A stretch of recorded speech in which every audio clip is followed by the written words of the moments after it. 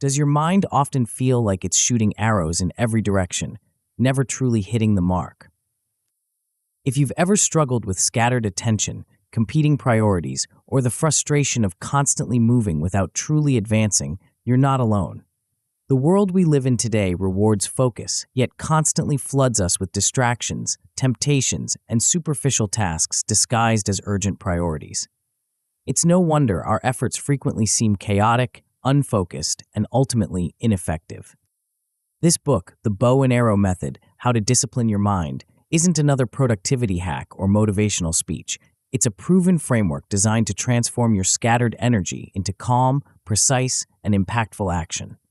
Inspired by the disciplined approach elite performers use to achieve extraordinary results, this book introduces you to the SHOT sequence, a structured, repeatable method consisting of 7 crucial steps: aim, stance, draw, sight, release, range, and feedback.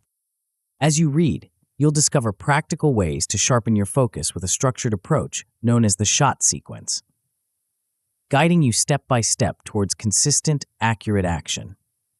You'll learn to pinpoint the single most important goal you should pursue and steer clear of multitasking traps that drain your effectiveness. Along the way, you'll adopt powerful rituals used by top performers, including methods championed by legendary figures like Kobe Bryant, ensuring you execute with unwavering consistency. Finally, you'll explore how to shape your environment intentionally, fostering natural discipline and reducing distractions so that focused effort becomes your new normal. The true power of this book lies not merely in understanding, but in implementation. You'll master practices that elite performers use to stay relentlessly consistent, reduce decision fatigue, and turn their talent into sustainable success. With clear strategies, insightful examples, and practical action plans, you'll find the structure you've been missing to finally achieve the focus, consistency, and clarity necessary to hit your targets, no matter how unattainable they may have seemed. It's time to stop firing aimlessly and start hitting bullseyes consistently. Welcome to the bow and arrow method. Aim small, miss small, and achieve massive results. Chapter 1. Take aim. Your laptop screen glows with 17 browser tabs. 3 urgent Slack notifications pulse red. The quarterly report sits half-finished while your inbox climbs past 200. You're moving fast, working hard, checking boxes, but somehow the needle never moves. Sound familiar? This is scatter, the silent killer of potential. The reason talented people stay stuck while others with half their ability race ahead. You're not lazy. You're not stupid. You're just firing arrows in every direction instead of aiming at one target that actually matters.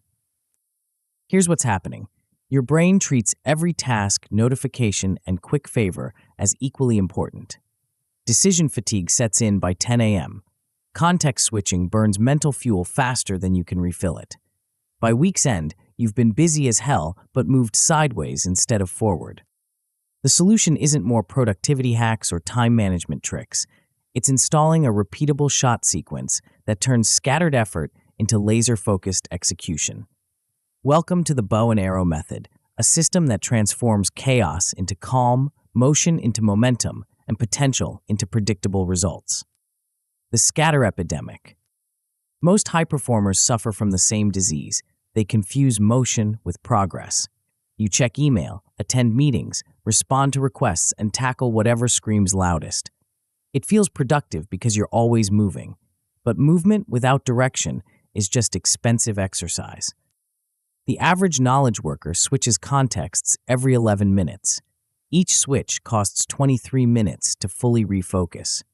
Do the math. You're hemorrhaging hours daily just from mental gear shifting. Meanwhile, your most important work sits untouched because it doesn't have a deadline, a notification, or someone breathing down your neck. This scatter creates a vicious cycle. Important projects stall, so you work longer hours. Longer hours mean more fatigue. More fatigue means worse decisions. Worse decisions mean more rework. More rework means even longer hours.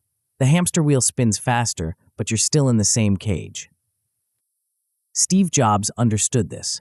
When he returned to Apple in 1997, the company was building dozens of products: computers, printers, servers, even a digital camera. Jobs cut the product line from 350 items to 10. Revenue exploded. Why? Because scattered effort produces scattered results. Focused effort compounds. When talent meets discipline. Intelligence without discipline is like a Ferrari without brakes. Impressive potential, inevitable crash. You've seen it. Brilliant people who can solve complex problems but can't stick to simple routines. They start strong, burn bright, then flame out when consistency matters most. The difference between good and great isn't raw talent. It's the ability to channel that talent through a repeatable system. Kobe Bryant didn't become legendary because he was the most naturally gifted player. He became legendary because he ran the same shooting drills, the same footwork patterns, the same mental preparation rituals for 2 decades. Form before force, system before surge. Warren Buffett and Bill Gates, despite running vastly different businesses, share one trait. They both wrote focus as their single most important factor for success. Not intelligence, not connections, not luck. Focus. The ability to say no to good opportunities so you can say yes to great ones. This is where most people fail. They treat discipline like a feeling, something that shows up when they're motivated and disappears when they're not. But discipline isn't an emotion. It's a sequence, a repeatable process you can run regardless of how you feel. The 7-step shot sequence. The bow and arrow method breaks discipline into 7 components, each building on the last. Aim establishes your North Star, one measurable outcome that actually moves your mission forward. Not 5 goals, not 3 priorities, not a balanced scorecard. One target. Everything else becomes secondary or gets eliminated entirely. Stance creates your startup ritual, the same physical and mental cues that signal work begins now. This isn't about motivation, it's about automation. When the ritual runs, focus follows. Draw calibrates your workload to your capacity. Most people overbow. They set goals so heavy, they wreck their form. You'll learn to hold steady tension you can sustain with perfect mechanics, day after day. Sight translates your target into a visible path with checkpoints and leading metrics. You'll stop judging by vanity numbers and start steering with measures that actually predict results. Release teaches decisive execution without second-guessing.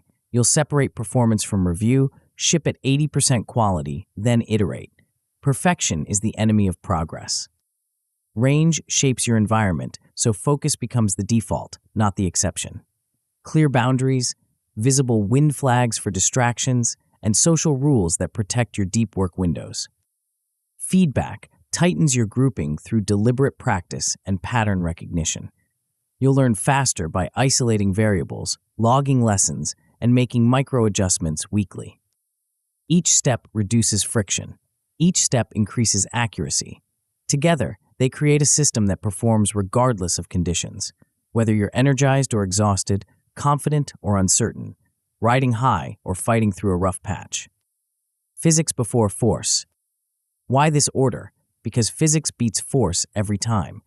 You can't muscle your way to mastery. You can't hustle your way to consistency. You need structure first, then you apply power within that structure.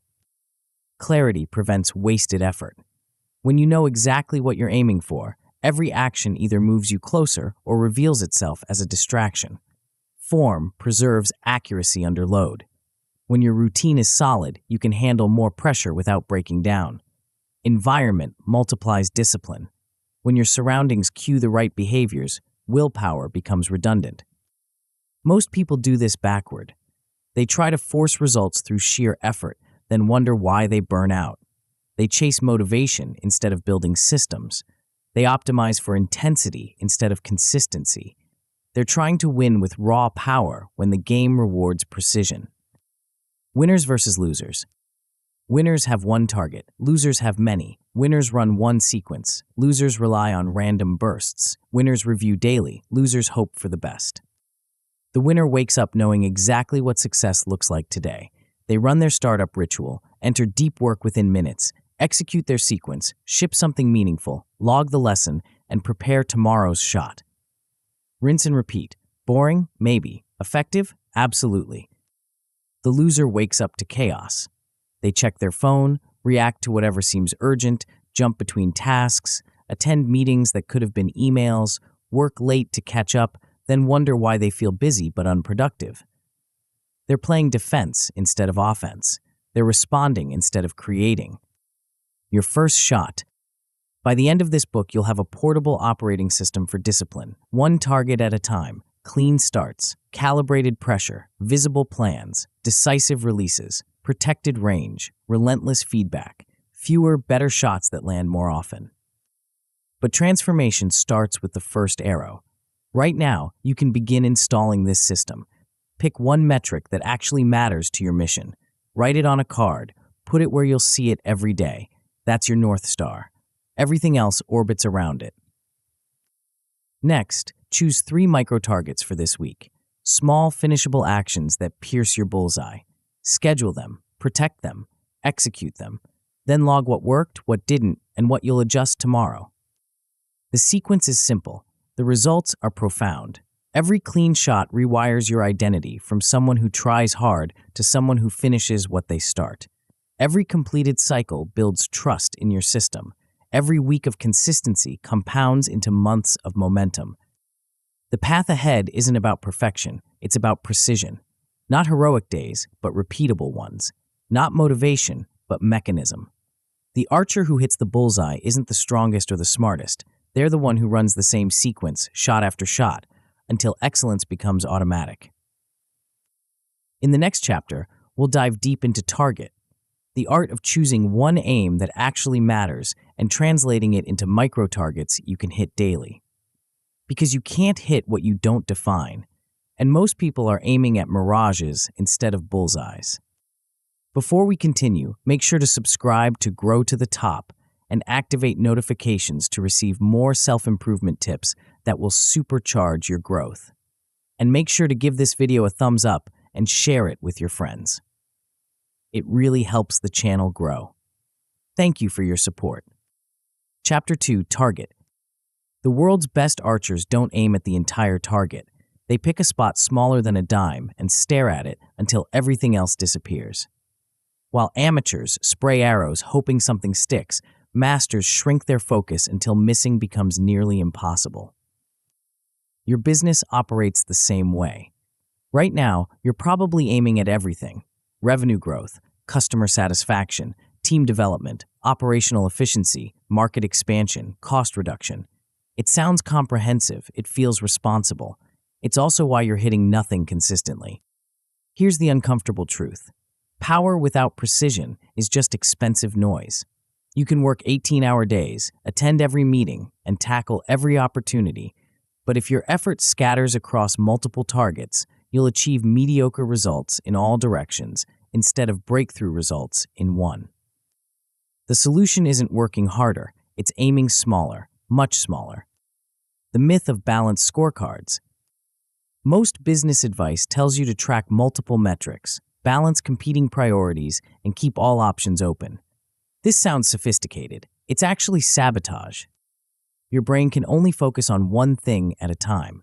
When you try to pursue multiple goals simultaneously, you're not multitasking, you're context switching. Each switch burns mental fuel and introduces errors. By the end of the day, you've made progress on everything and breakthroughs on nothing. Steve Jobs understood this when he returned to Apple in 1997. The company was hemorrhaging money while building dozens of products nobody wanted. Jobs didn't try to fix every product line. He killed most of them, from 350 products down to 10, from scattered effort to laser focus. The result? Apple went from near bankruptcy to the most valuable company in the world. Not because they did more things, but because they did fewer things better. They picked one target and hit it repeatedly until they owned the category. This is what happens when you stop trying to be everything to everyone and start being something specific to someone particular. Your message gets clearer, your team gets aligned, your customers get excited, your results get predictable. The power of single target commitment. When you commit to one primary metric, something magical happens. Every decision becomes easier because you have a filter. Every task gets ranked by a simple question. Does this move my North Star metric? If yes, you do it. If no, you don't. If maybe, you probably don't, because maybe is usually fear dressed up as strategy. This isn't about ignoring everything else. It's about establishing hierarchy. One metric rules. Everything else serves. When your North Star moves up and to the right consistently, the supporting metrics usually follow. When you try to move everything at once, nothing moves significantly. Think about Warren Buffett's approach to investing. He doesn't diversify across hundreds of stocks. He makes concentrated bets on companies he understands deeply. His portfolio typically holds fewer than 10 major positions, but those positions compound for decades. Focused conviction beats scattered hedging. The same principle applies to your weekly execution. Instead of juggling 20 priorities, you identify 3 micro-targets that directly impact your North Star. These aren't random tasks pulled from your endless to-do list. They're carefully chosen shots that pierce the bullseye. The art of aiming small. Here's where most people go wrong. They set targets so big that hitting them requires luck, not skill. Increase revenue by 50% sounds ambitious, but it's too vague to be actionable. What specific actions will create that increase? By when? Under what conditions?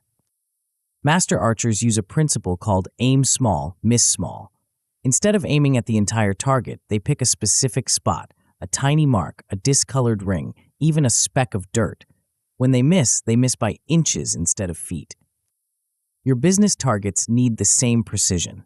Instead of grow the business, you might aim for acquire 12 new enterprise clients in Q1. Instead of improve customer satisfaction, you might target reduce support ticket resolution time to under 4 hours. Instead of build the team, you might focus on hire and onboard 2 senior developers by month end. Notice the difference? These targets are specific, measurable, and time-bound. More importantly, they're small enough that you can hit them consistently while building towards something bigger. Each micro-target becomes a daily question.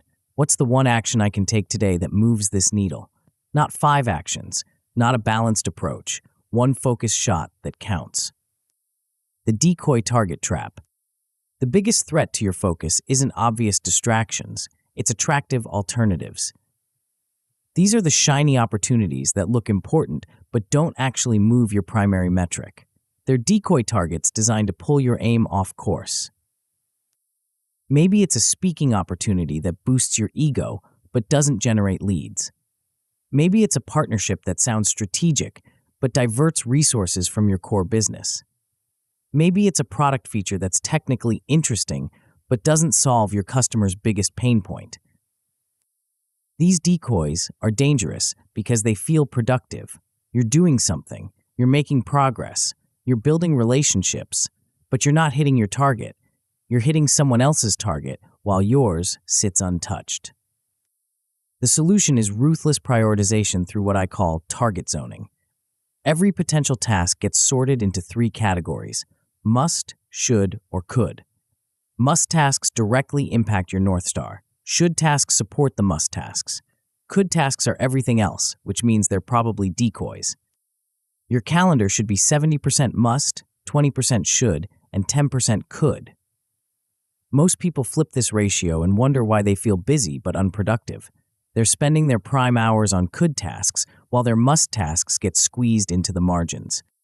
Building your sight tape.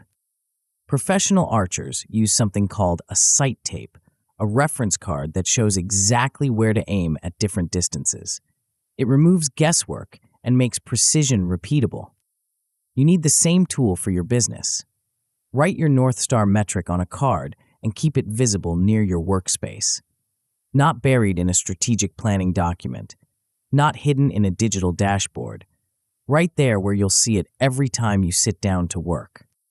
Below your North Star, list your 3 current micro-targets. These should be specific enough that you'll know within 24 hours whether you hit them or not. Vague targets like make progress on the proposal don't count. Specific targets like send proposal draft to client by 3 p.m. do.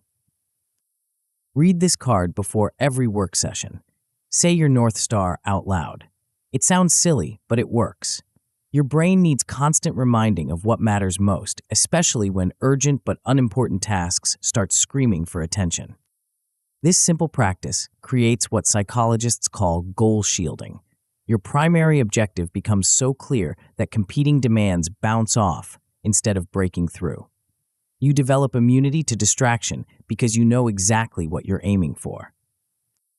The weekly aim check. At the end of each week, run a simple audit. How many of your actions actually moved your North Star metric? How many were must tasks versus should or could tasks?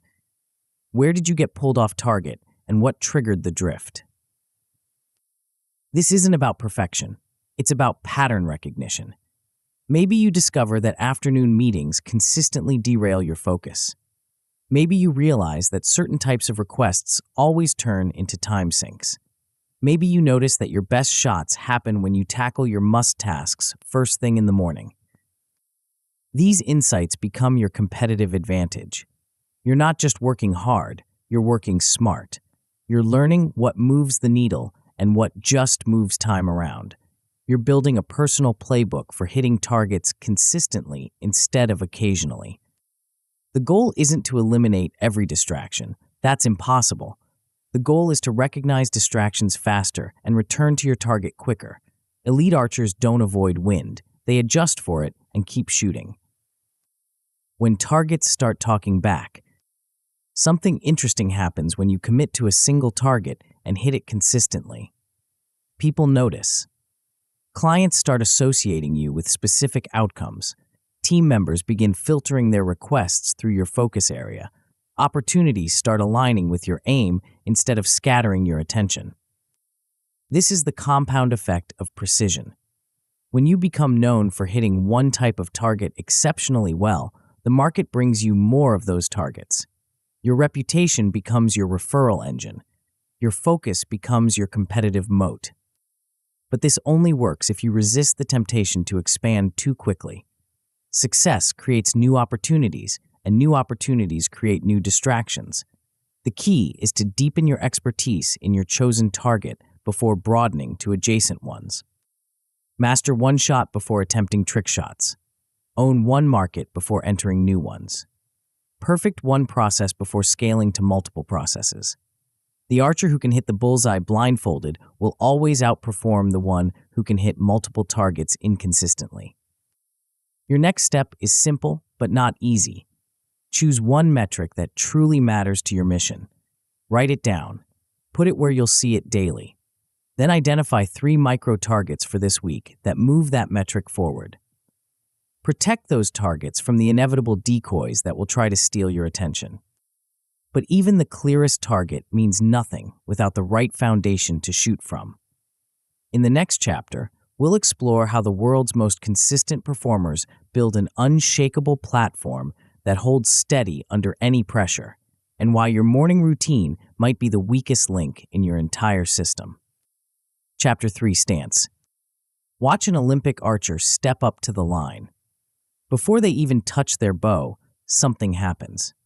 Their feet find the exact same position. Their shoulders settle into a familiar angle. Their breathing shifts into a specific rhythm. They're not thinking about these movements. They're running a program that's been hardwired through thousands of repetitions. This is stance, not just physical positioning, but the foundation that makes everything else possible. Without it, even the clearest target becomes impossible to hit consistently. You've probably experienced this in reverse. Those mornings when you sit down to work and nothing happens. You stare at your screen, check email, reorganize your desktop, maybe grab another coffee. 20 minutes pass before you actually start working. By then, your focus is already fractured and your momentum is gone. The problem isn't motivation. It's the absence of a reliable entry point into deep work. You're trying to go from 0 to 60 without a launch sequence, and your brain rebels against the sudden shift. What you need isn't more willpower, it's a better on-ramp. The mythology of inspiration. Most people treat focus like lightning, unpredictable, uncontrollable, and impossible to summon on command. They wait for the right mood, the perfect moment, or that magical feeling of readiness before they begin important work. This is backwards. Professionals don't wait for inspiration. They create the conditions where inspiration can find them. They understand that motivation is a result of action, not a prerequisite for it. The ritual creates the readiness, not the other way around. Kobe Bryant understood this better than almost anyone. His pre-game routine was legendary, not because it was elaborate, but because it was identical every single time. Same warm-up sequence, same shooting drills, same mental preparation. Whether he felt energized or exhausted, confident or uncertain, the routine remained constant. This consistency served a purpose beyond physical preparation. It trained his nervous system to enter peak performance mode on command. By the time he stepped onto the court, his body and mind were already calibrated for excellence. The routine had done the heavy lifting of getting him ready. All he had to do was execute. The same principle applies to your work. When you establish a consistent startup sequence, you're programming your brain to shift into focus mode automatically. The ritual becomes a bridge between your scattered everyday consciousness and the concentrated state where your best work happens. The architecture of automatic excellence. Here's what most productivity advice gets wrong. It focuses on what to do during work instead of how to begin work. But the beginning is everything. A clean start determines whether you'll spend the next hour in deep focus or shallow distraction. Your brain craves predictability. When it knows what's coming next, it can prepare the appropriate neural pathways in advance. When every day starts differently, your brain has to figure out what mode to enter, what resources to allocate, and what patterns to activate. This decision-making burns mental fuel before you've even started your real work. A proper stance eliminates this waste. It's a sequence of physical and mental cues that signal work begins now to your entire system. Not in 5 minutes, not when you feel ready, now. The sequence itself can be remarkably simple. Maybe you sit in the same chair, open the same document, and read your North Star metric out loud. Maybe you set a timer for 25 minutes and place your phone in a drawer. Maybe you take 3 deep breaths and state your intention for the session. The specific actions matter less than their consistency. You're creating a Pavlovian response where the ritual automatically triggers focus. After enough repetitions, your brain will start shifting into work mode the moment you begin the sequence, regardless of how you feel. The identity anchor. But stance is more than just physical positioning and startup routines. It's also about who you become when you step up to the line. Elite performers don't just have consistent actions, they have consistent identities. This is where most people struggle. They think of themselves as someone who tries to be productive or works hard when motivated. These are weak identities that crumble under pressure. When the going gets tough, they revert to their default self-image, someone who struggles with consistency. You need a stronger anchor, a one-line identity statement that defines who you are when you're executing your sequence. Not who you hope to become someday, but who you are right now, in this moment, as you begin your work. I am the kind of person who finishes what I start. I am someone who ships daily. I am a person who follows through on commitments. The exact words matter less than the conviction behind them. You're declaring an identity that your actions can then prove. This isn't positive thinking or self-help fluff. It's identity-based behavior change. When you see yourself as someone who executes consistently, you start making choices that align with that identity.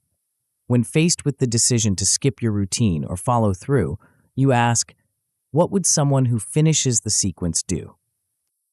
The answer becomes obvious, and over time, the identity becomes real through accumulated evidence. Every completed sequence strengthens your self-image as someone who delivers. Every skipped sequence weakens it. You're literally building or eroding your professional identity with each choice. The operating system advantage. Most people approach each work session like they're solving a new puzzle. They sit down and figure out what to do, how to do it, and in what order.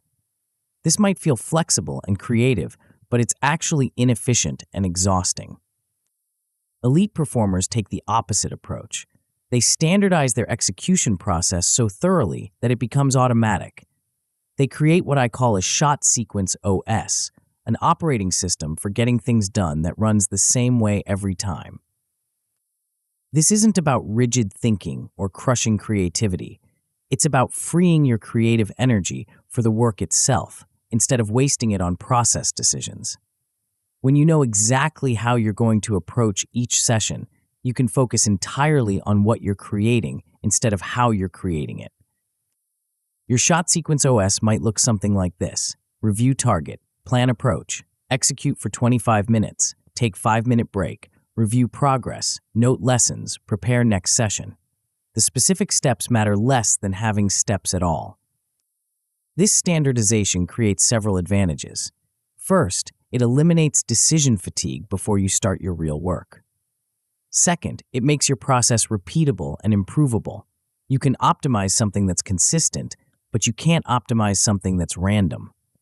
Third, it creates momentum that carries you through difficult moments when motivation flags. When you hit a creative block or encounter unexpected complexity, you don't have to figure out what to do next. You just follow the sequence. The process pulls you forward even when your energy dips. The ritual resistance. You might be thinking this sounds too mechanical, too rigid for creative work. This is a common misconception. Structure doesn't kill creativity, it protects it. When the process is automatic, your creative mind is free to focus on the content instead of the container. Maya Angelou wrote 17 books using the same ritual. Every morning, she would go to a hotel room she rented specifically for writing. She would arrive at 6:30 a.m. with a Bible, a thesaurus, a yellow legal pad, and a bottle of sherry. She would remove all artwork from the walls and lie across the bed to write. Same room, same time, same tools, same position. This wasn't creative limitation, it was creative liberation. By making everything else automatic, she could focus entirely on finding the right words. The ritual handled the logistics so her genius could handle the art. Your work deserves the same protection. Whether you're writing code, designing products, or solving strategic problems, the creative process benefits from a consistent container.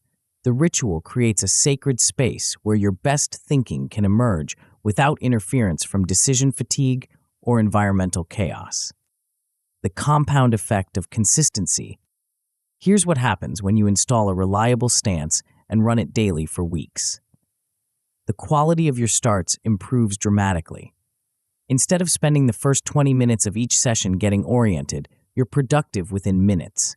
Instead of wondering whether you'll feel motivated today, you trust your system to carry you forward. This creates a compound effect. Better starts lead to more productive sessions. More productive sessions lead to better results. Better results reinforce your identity as someone who executes consistently. Stronger identity makes it easier to maintain the ritual. The cycle feeds itself. Over time, your reputation begins to shift. Colleagues notice that you deliver consistently. Clients trust your timelines. Partners know they can count on you. Opportunities start flowing toward you because you've become known as someone who finishes what they start. But this only works if you protect the ritual fiercely. The moment you start making exceptions, skipping it when you're tired, shortening it when you're busy, modifying it when you're uninspired, you weaken the entire system. Consistency is the compound interest of excellence, but it only works if you don't break the chain. Your stance is your foundation. Everything else builds on top of it.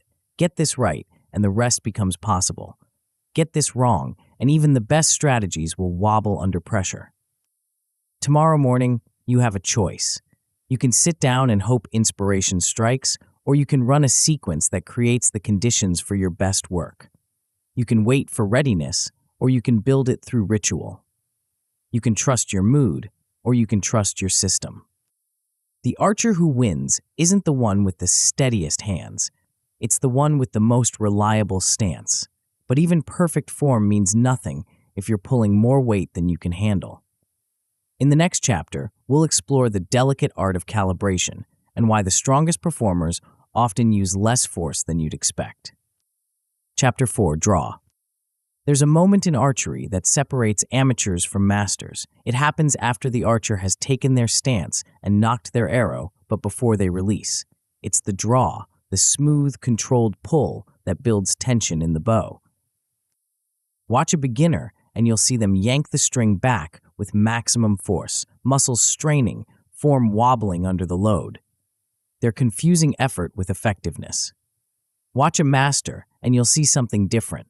Steady, sustainable pressure that they can hold for as long as needed without their technique falling apart. The difference isn't strength, it's calibration. Your work operates on the same principle. Right now, you're probably approaching your goals like that beginner archer, pulling as hard as you can, grinding through exhaustion, believing that maximum effort equals maximum results. But intensity without sustainability is just a recipe for burnout. What you need isn't more force. It's the right amount of force, applied consistently in a way you can maintain without breaking your form. The heroic effort trap. Our culture worships the grind.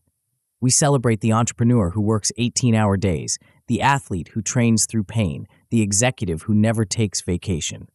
We've convinced ourselves that suffering is the price of success, and anything less than maximum effort is weakness.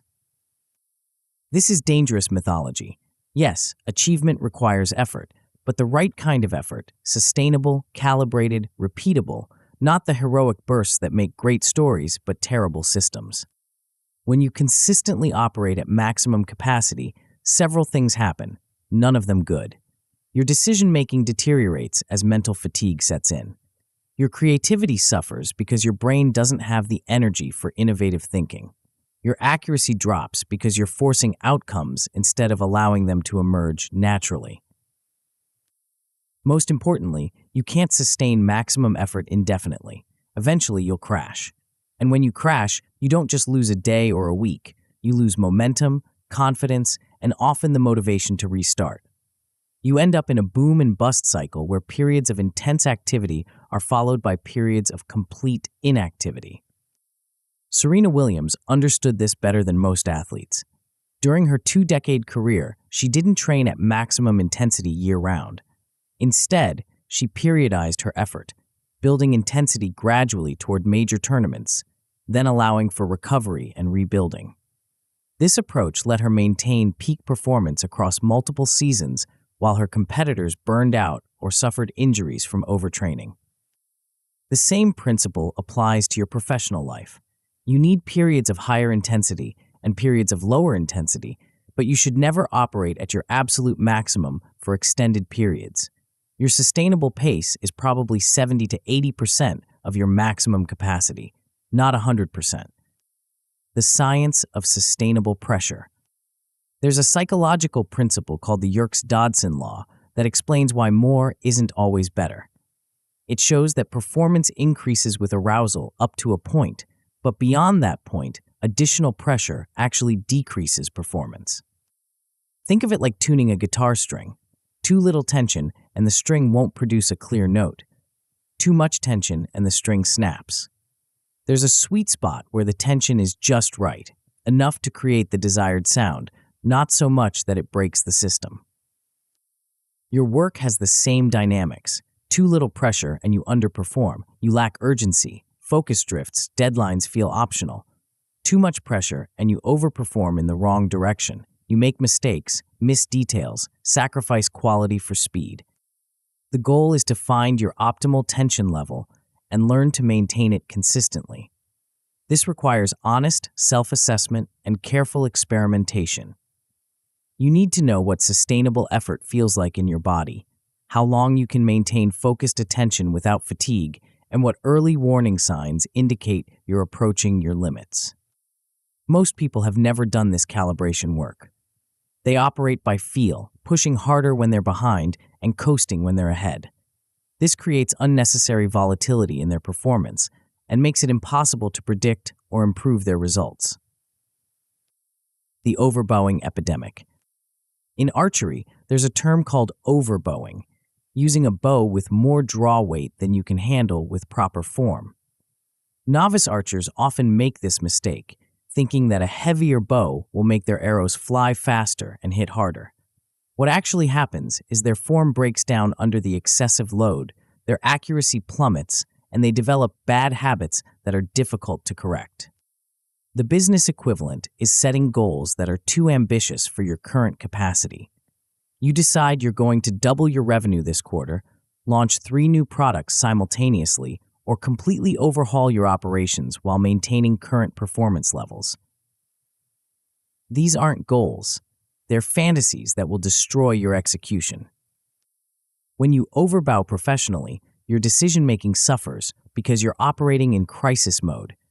Your team loses confidence because deadlines become suggestions and quality becomes optional. Your clients lose trust because you overpromise and underdeliver.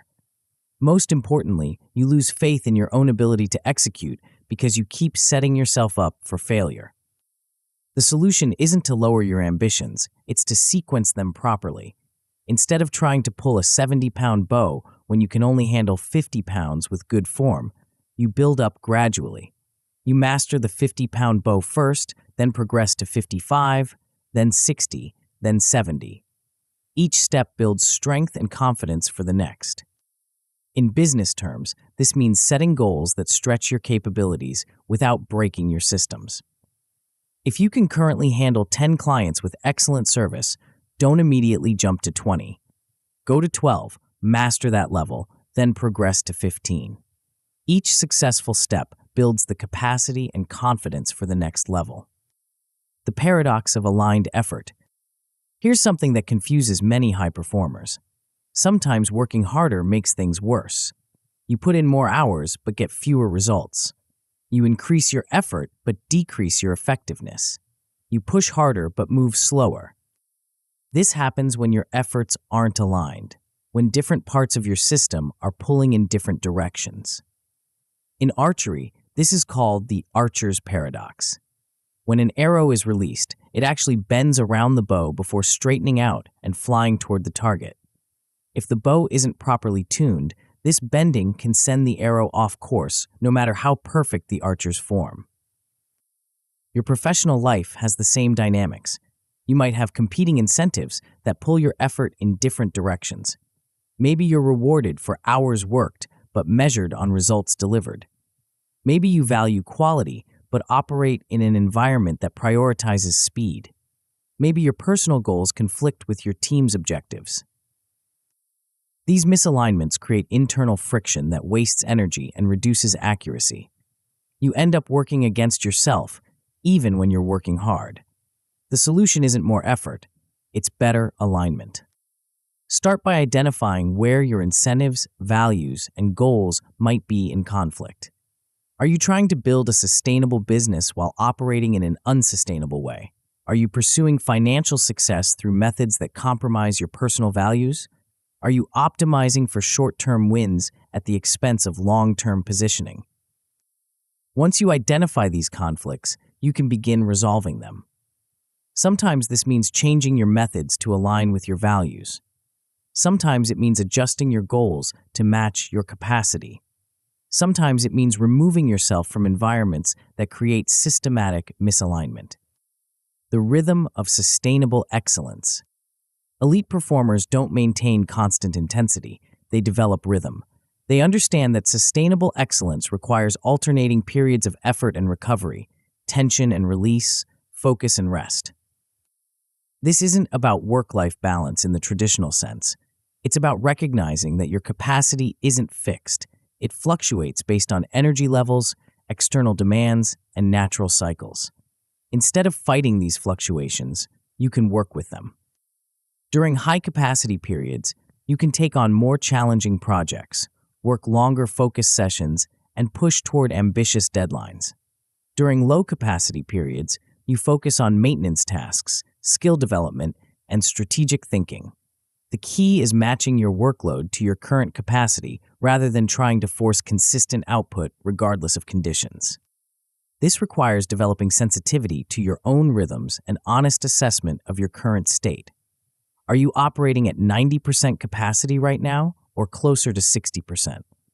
Are you in a natural high-energy phase or are you due for a recovery period? Is this a good time to take on additional challenges, or should you focus on consolidating recent gains? Most people ignore these signals and try to operate at the same intensity regardless of their actual capacity. This leads to the boom and bust cycles that plague so many high achievers, periods of unsustainable intensity followed by inevitable crashes. The calibration process. Finding your optimal draw weight isn't a one-time exercise, it's an ongoing calibration process. Your capacity changes as you develop skills, gain experience, and encounter new challenges. What felt like maximum effort 6 months ago might feel comfortable today. What seems sustainable now might become overwhelming as external pressures increase.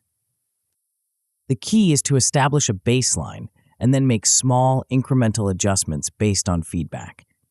Start with a workload you know you can handle with perfect form, maybe one focused 60-minute session per day. Execute this consistently for a week while monitoring your energy levels, accuracy, and overall performance.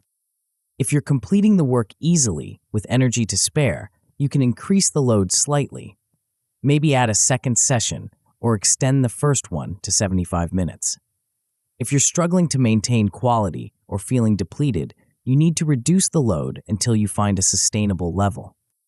The goal isn't to find your maximum capacity, it's to find the level where you can perform consistently with high quality over extended periods. This is usually somewhere between 70 to 80% of your theoretical maximum, leaving room for unexpected demands and natural fluctuations in energy. The compound effect of calibrated effort. When you operate at your optimal draw weight consistently, something remarkable happens. Your performance becomes predictable. Your energy levels stabilize. Your confidence grows because you can trust your ability to deliver on commitments. This predictability becomes a competitive advantage. While others are riding the roller coaster of heroic efforts and inevitable crashes, you're making steady progress day after day. While they're recovering from burnout, you're building momentum. While they're explaining why they missed deadlines, you're shipping on schedule. Over time, this consistency compounds. Small daily improvements stack into significant quarterly gains. Reliable execution builds trust with clients and colleagues. Sustainable practices create the foundation for scaling without breaking. But calibration is only the beginning. Once you've found the right amount of tension to hold, you need to know exactly where to aim that effort. In the next chapter, we'll explore the art of creating a sight picture so clear that hitting your target becomes not just possible, but inevitable. Chapter 5, Sight. Picture this. You're standing at the edge of a dense forest with a destination somewhere on the other side. You know roughly where you want to end up, but the path isn't clear. Do you just start walking and hope for the best? Or do you climb a tree first, scan the terrain, identify landmarks, and plot a route that avoids the swamps and dead ends? Most people choose option 1. They set ambitious goals, then stumble forward, hoping their effort will eventually lead somewhere meaningful. They work hard, stay busy, and wonder why they keep ending up in circles. The professionals choose option 2. They understand that clarity of vision determines speed of execution. Before they take their first step, they know exactly where they're going, how they'll get there, and what success looks like at every milestone along the way. This is sight, the ability to see your path so clearly that navigation becomes automatic and course corrections happen before you drift off track. The illusion of obvious paths. Here's what trips up most high achievers. They assume that having a target automatically means having a path. They set a goal to grow revenue by 40% or launch the new product line and think the route will reveal itself through hard work and good intentions. This is like trying to hit a bullseye in thick fog. You might have perfect form, optimal draw weight, and unwavering focus, but without a clear sight picture, you're essentially shooting blind. You'll waste arrows, exhaust yourself, and probably miss the target entirely. The problem isn't lack of effort, it's lack of visibility.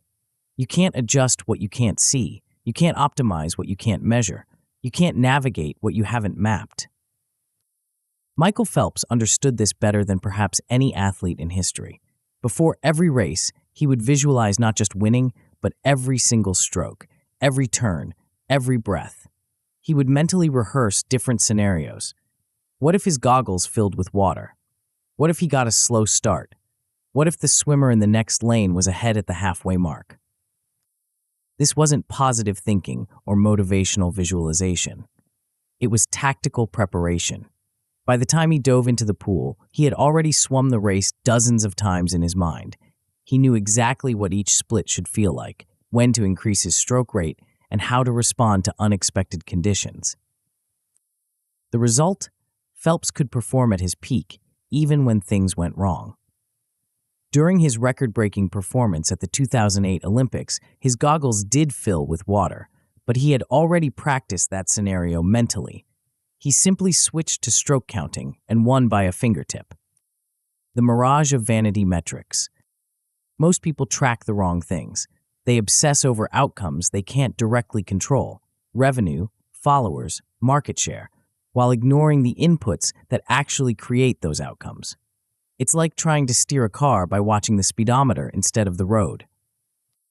These vanity metrics feel important because they're what others see and judge, but they're lagging indicators that tell you what already happened, not what's about to happen.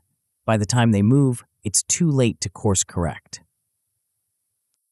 What you need instead are leading indicators, metrics that predict future outcomes and respond quickly to your actions. If your goal is revenue growth, track qualified leads generated, proposals sent, and meetings scheduled.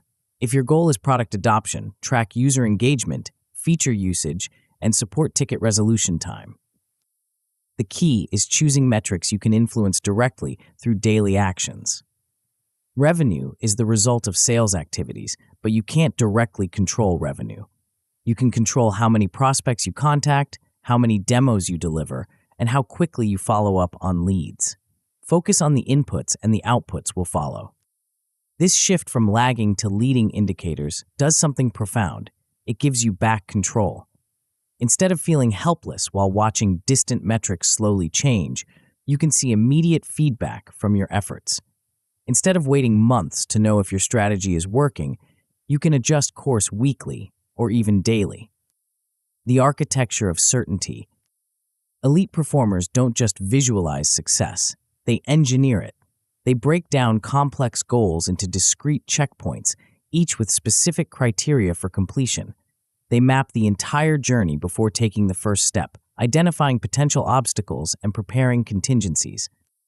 This isn't over-planning or analysis paralysis. It's strategic foresight that accelerates execution.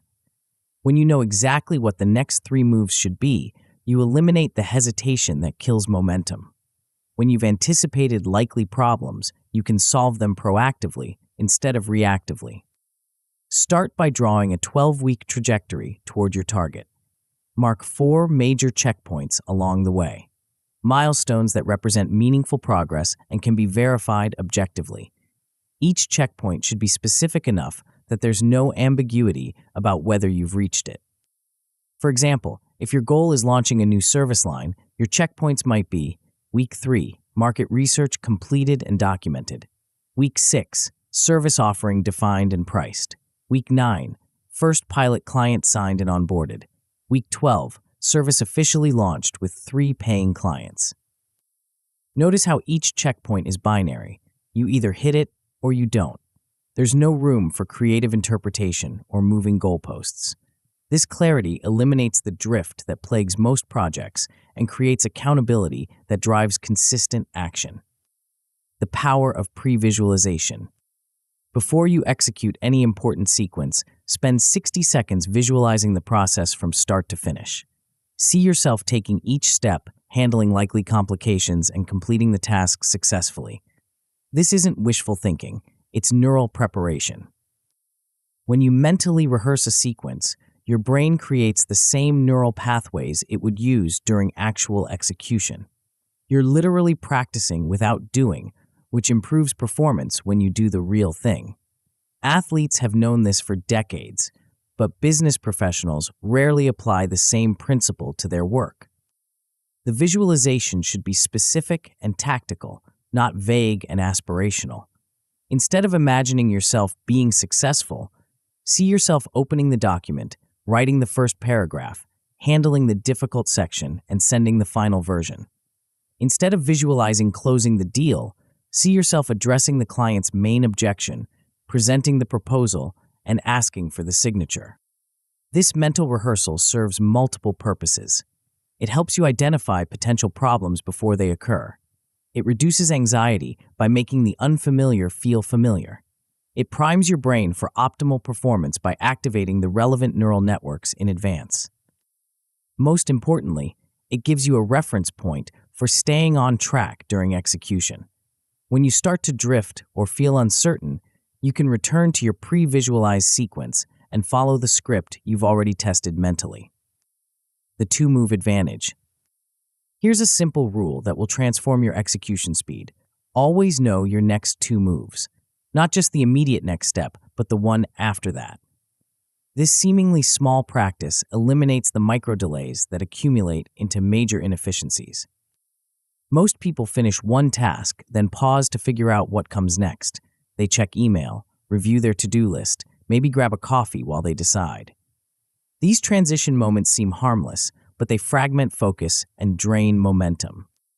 When you always know your next two moves, you can transition seamlessly from one task to another. You finish writing the proposal and immediately start preparing for the client call. You complete the market research and immediately begin drafting the strategy document. You maintain flow state across multiple activities instead of constantly starting and stopping. This requires planning your sequence in advance, not just your individual tasks. Before you begin any work session, map out the specific order of operations. What will you do first? What comes after that? How will you transition between activities? What materials will you need for each step? The investment in upfront planning pays massive dividends in execution speed. You spend 5 minutes planning and save 30 minutes of hesitation, context switching, and false starts. The range-finding reality check. One of the biggest mistakes in goal setting is underestimating distance and difficulty. We see the target, assume it's closer than it actually is, and plan accordingly. Then we wonder why we're always behind schedule and over budget. Professional archers use rangefinders to measure exact distances before adjusting their sights. They don't guess or estimate, they measure. This precision allows them to make accurate adjustments and hit targets consistently. You need the same discipline in your planning. Before committing to any timeline, honestly assess the distance you need to travel. How many steps are really involved? What approvals will you need? What dependencies exist? What could go wrong? Add buffers to your estimates, not because you're being pessimistic, but because you're being realistic.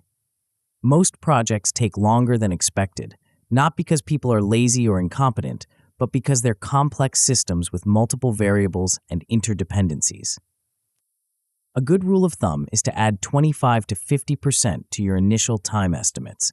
If you think something will take 4 weeks, plan for 5 or 6. If you estimate 2 hours, block 3. This buffer doesn't make you slower, it makes you more reliable. You'll hit your deadlines consistently instead of constantly explaining why you're behind. The metric that matters most. Among all the metrics you could track, there's one that predicts success better than any other: consistency of input. Not the size of your efforts, but the reliability of them. Not how hard you work on your best days, but how consistently you work on your average days. This is why elite performers obsess over process metrics rather than outcome metrics. They track how many focused hours they logged, how many quality repetitions they completed, how many days they followed their sequence. They know that if they control the inputs consistently, the outputs will take care of themselves. Choose 2 or 3 input metrics that you can influence directly through daily actions. Make them simple to measure and impossible to game. Track them visibly where you'll see them every day. Review them weekly to identify patterns and make adjustments. The goal isn't perfection, it's consistency. You want to see steady progress over time, not wild fluctuations based on mood or circumstances. You want your performance to be predictable, which makes everything else plannable. When your inputs become consistent, your outputs become predictable. When your outputs become predictable, your planning becomes accurate. When your planning becomes accurate, your execution becomes effortless. But even the clearest sight picture means nothing if you can't pull the trigger when the moment arrives. In the next chapter, we'll explore the most critical moment in the entire sequence, the split second when planning transforms into action, and why most people flinch when they should commit. Chapter 6, Release. There's a moment that separates champions from everyone else. It's not when they're preparing, planning, or positioning themselves for success. It's the split second when they stop thinking and start executing. When they commit fully to the shot, regardless of conditions, consequences, or the voice in their head screaming about everything that could go wrong. This is the release, the moment when preparation transforms into performance, when potential becomes kinetic, when all your careful planning either pays off or falls apart. Most people never master this moment. They aim perfectly, draw with ideal form, and sight their target with precision. Then they hesitate, they second-guess, they try to control the outcome while the arrow is in flight. They turn what should be a clean, decisive action into a tentative, anxious struggle. The result? Mediocre outcomes despite excellent preparation, near misses instead of bullseyes, endless revisions instead of shipped products. The curse of the perfectionist who can plan brilliantly but can't pull the trigger when it matters most. The grip of fear. Watch someone struggle with an important decision and you'll see something fascinating: their hands. They clench their fists, grip their pen too tightly, or squeeze their coffee cup until their knuckles turn white. Their body is literally trying to control an outcome through physical force. This is exactly what happens in archery when someone grips the bow too tightly. The harder they squeeze, the more their hand trembles. The more they try to force accuracy, the more their aim wobbles. They're creating the very instability they're trying to prevent. Your work operates the same way. When you overgrip an outcome, when you try to control every variable, anticipate every reaction, and guarantee every result, you introduce noise into your system. You create the mental equivalent of a trembling hand that makes precision impossible. Roger Federer understood this better than perhaps any athlete in history. His grip on the tennis racket was famously light, almost casual. Commentators would marvel at how relaxed his hands looked, even during the most intense rallies. This wasn't laziness or lack of intensity, it was supreme confidence in his preparation and technique. Federer knew that once he committed to a shot, trying to control its trajectory mid-flight would only make things worse. His job was to execute with perfect form and trust the result. The ball would go where his preparation had aimed it, not where his anxiety wanted to steer it. This relaxed grip allowed him to make split-second adjustments based on his opponent's position, court conditions, and tactical opportunities. While other players were locked into predetermined patterns, Federer could adapt fluidly because he wasn't fighting his own tension. The perfectionist's paradox. Here's the cruel irony of perfectionism. The harder you try to make something perfect, the more you prevent it from being excellent. Perfectionism isn't about high standards, it's about fear disguised as diligence. The perfectionist never ships the proposal because it could be 5% better, never launches the product because one more feature might make the difference, never publishes the article because the conclusion isn't quite right. They're not pursuing excellence, they're avoiding judgment. This creates a vicious cycle. The longer you hold on to something, the more invested you become in making it perfect. The more invested you become, the higher the stakes feel. The higher the stakes feel, the more you need it to be perfect. Eventually, you're trapped in an endless loop of revision and refinement that produces diminishing returns. The solution isn't to lower your standards, it's to separate execution from evaluation. You commit to shipping at 80% quality, then you iterate based on real feedback instead of imagined criticism. You release the arrow, see where it lands, then adjust your aim for the next shot. This approach feels risky because it exposes your work to judgment before it's ready. But here's what perfectionists miss. Nothing is ever truly ready. There's always one more improvement you could make, one more risk you could mitigate, one more scenario you could plan for. At some point, you have to trust your preparation and commit to the shot. The anatomy of commitment. True commitment isn't about confidence, it's about clarity. You don't need to feel certain about the outcome. You just need to be clear about the process. When you know exactly what you're going to do and when you're going to do it, commitment becomes mechanical rather than emotional. This is why elite performers develop release cues, specific triggers that initiate action regardless of how they feel in the moment. A tennis player might bounce the ball 3 times before serving. A basketball player might take 2 dribbles before shooting a free throw. A surgeon might take 1 deep breath before making the first incision. These aren't superstitions or nervous habits. They're decision-making shortcuts that bypass the part of your brain that wants to hesitate, reconsider, and second-guess. The cue says now, and your body responds automatically before your mind can interfere. Your work needs the same kind of trigger. Maybe it's setting a timer for 25 minutes and committing to ship whatever you have when it goes off. Maybe it's scheduling a specific time to send the email, make the call, or publish the post. Maybe it's a simple phrase you say to yourself, 3, 2, 1, send. The specific cue matters less than having one at all. You're creating a bridge between intention and action that doesn't require courage, confidence, or perfect conditions. You're making execution automatic rather than optional. The follow-through discipline. Here's where most people sabotage themselves. They release the arrow, then immediately start analyzing its flight. They send the email and refresh their inbox every 30 seconds. They publish the post and obsessively check the engagement metrics. They make the presentation and replay every moment in their head before they've even left the room. This mental interference doesn't change the outcome. The arrow is already in flight, but it does change your ability to learn from it. When you're emotionally invested in immediate results, you can't objectively assess what actually happened. You either celebrate prematurely or catastrophize unnecessarily, neither of which helps you improve.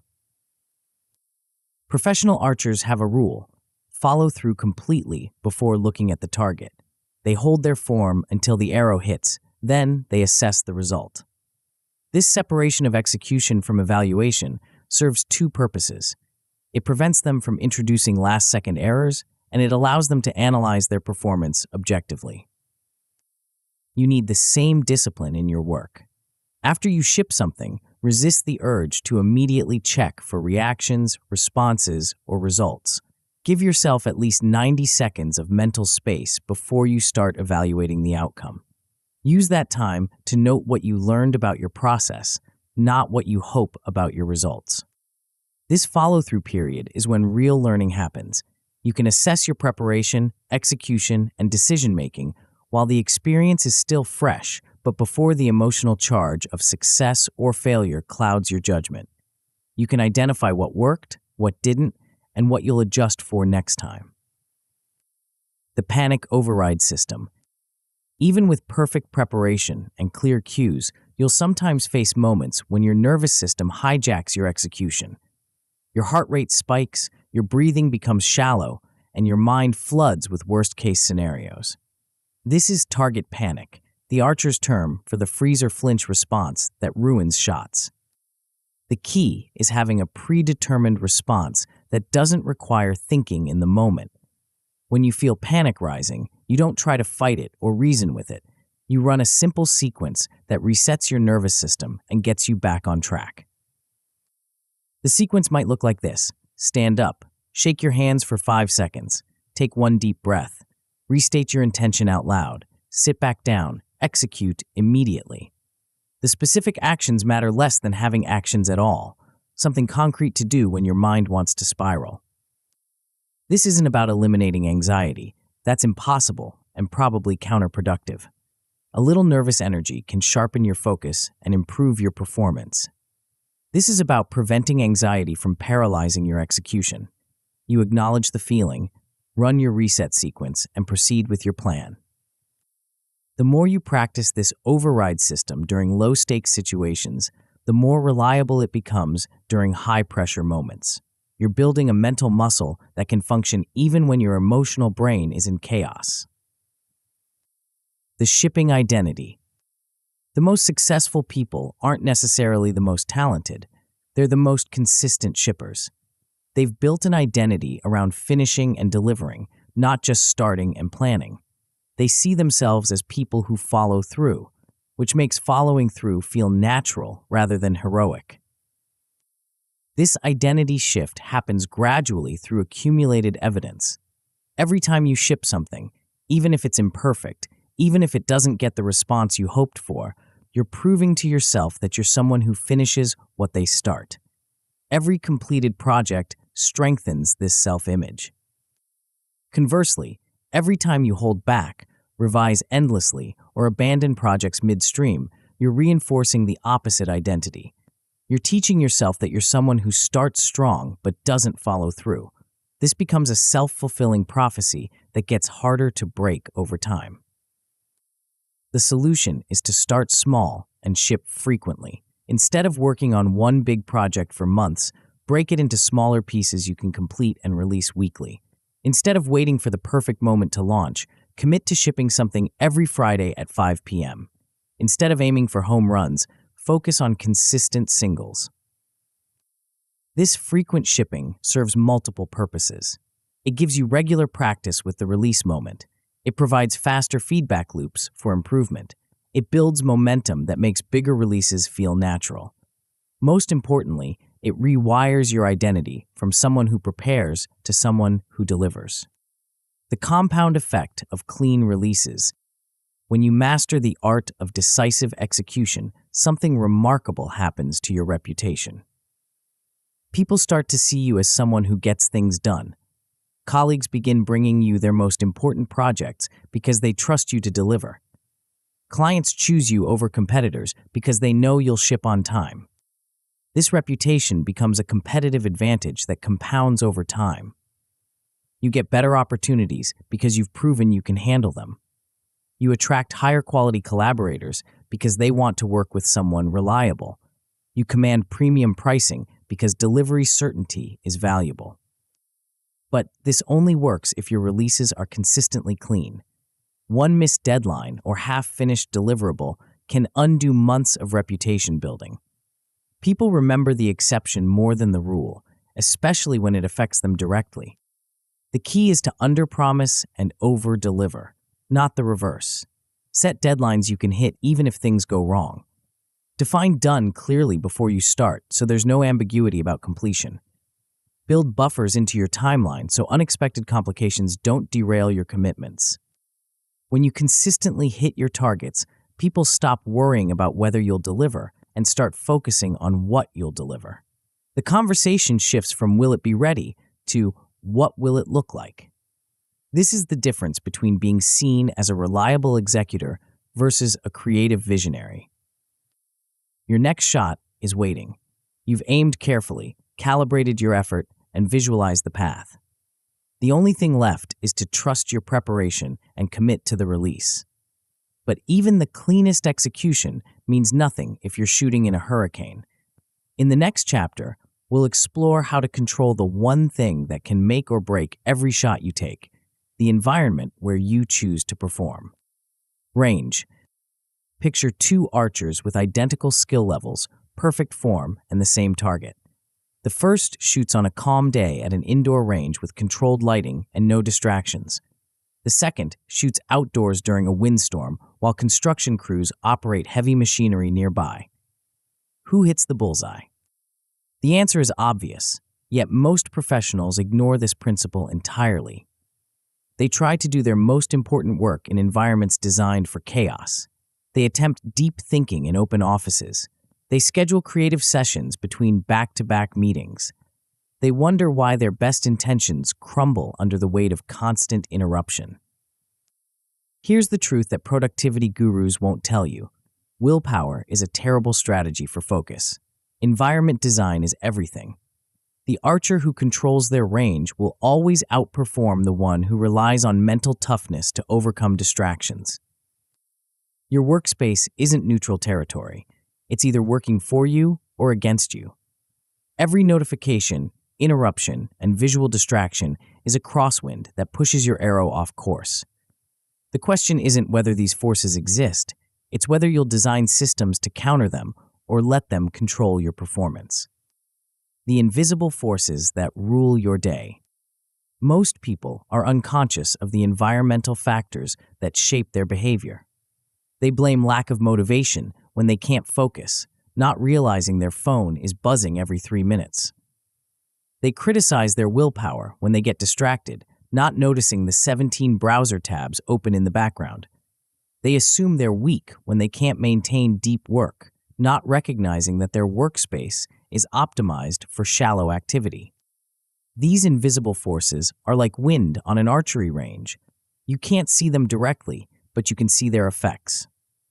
Professional archers use wind flags, lightweight ribbons that show air movement and direction. When the flags flutter left, they adjust their aim right. When the flags hang still, they know conditions are optimal for precision shots. You need the same awareness in your work environment. What are the wind flags that signal distraction incoming? Maybe it's the number of unread emails in your inbox. Maybe it's the noise level in your workspace. Maybe it's the time of day when your energy naturally dips. Maybe it's the specific people who tend to interrupt your flow. Once you can see these patterns, you can design countermeasures. You can't eliminate all distractions, but you can predict when they're most likely to occur and prepare accordingly. You can't control every variable in your environment, but you can control your response to the variables you can't change. The mythology of heroic focus. There's a dangerous myth in our culture that great performers can focus anywhere, anytime, under any conditions. We celebrate the entrepreneur who built their company while working from coffee shops, the writer who penned their masterpiece in a noisy apartment, the programmer who coded breakthrough software in a chaotic startup office. These stories are inspiring but misleading. They focus on the exceptions while ignoring the rule. Optimal performance requires optimal conditions. For every success story about someone who overcame terrible working conditions, there are thousands of failures from people who couldn't. Bill Gates understood this principle when he instituted his famous Think Weeks. Twice a year, he would isolate himself completely from Microsoft operations, taking only books and papers to a remote cabin. No phone calls, no meetings, no interruptions, just pure thinking time to process information and make strategic decisions. These weren't vacations or retreats. They were intensive work sessions designed to produce Microsoft's most important strategic insights. Many of the company's breakthrough innovations, including the shift to internet-based services, emerged from these protected thinking periods. Gates recognized that his most valuable work required his most protected environment. J.K. Rowling took a similar approach while writing the Harry Potter series. Despite the chaos of single motherhood and financial stress, she created strict boundaries around her writing time. She would go to the same cafe, sit at the same table, and write for specific hours when she knew she wouldn't be interrupted. This consistency of environment helped her maintain consistency of output, even when external circumstances were turbulent. The architecture of attention.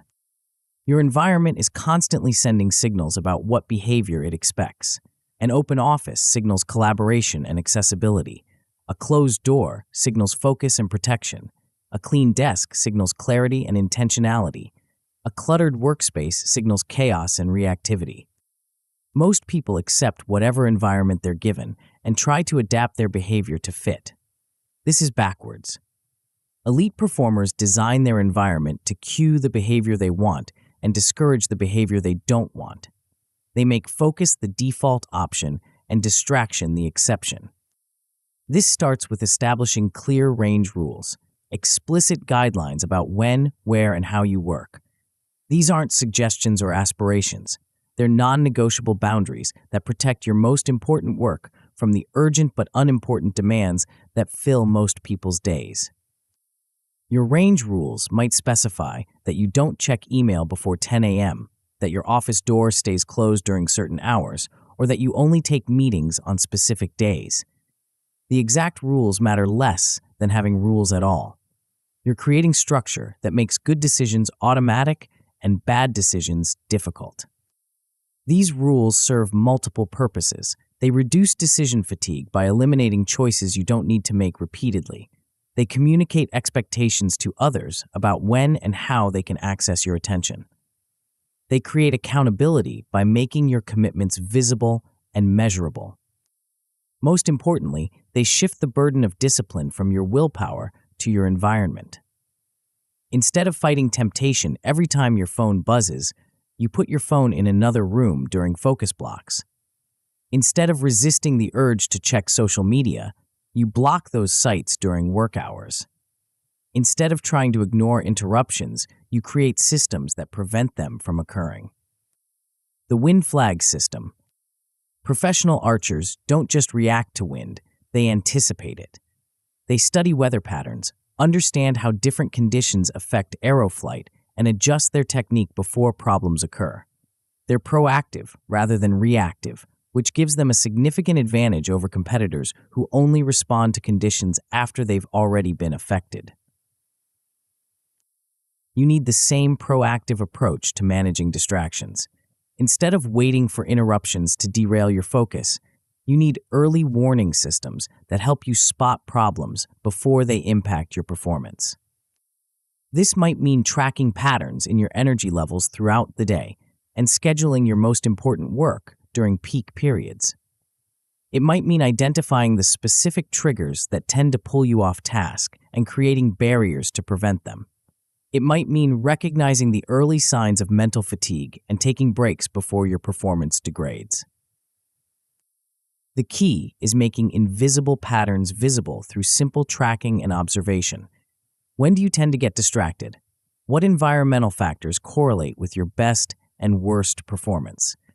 Which types of interruptions are most damaging to your flow state? Once you can see these patterns, you can design interventions. Maybe you need to schedule buffer time between meetings to prevent context switching.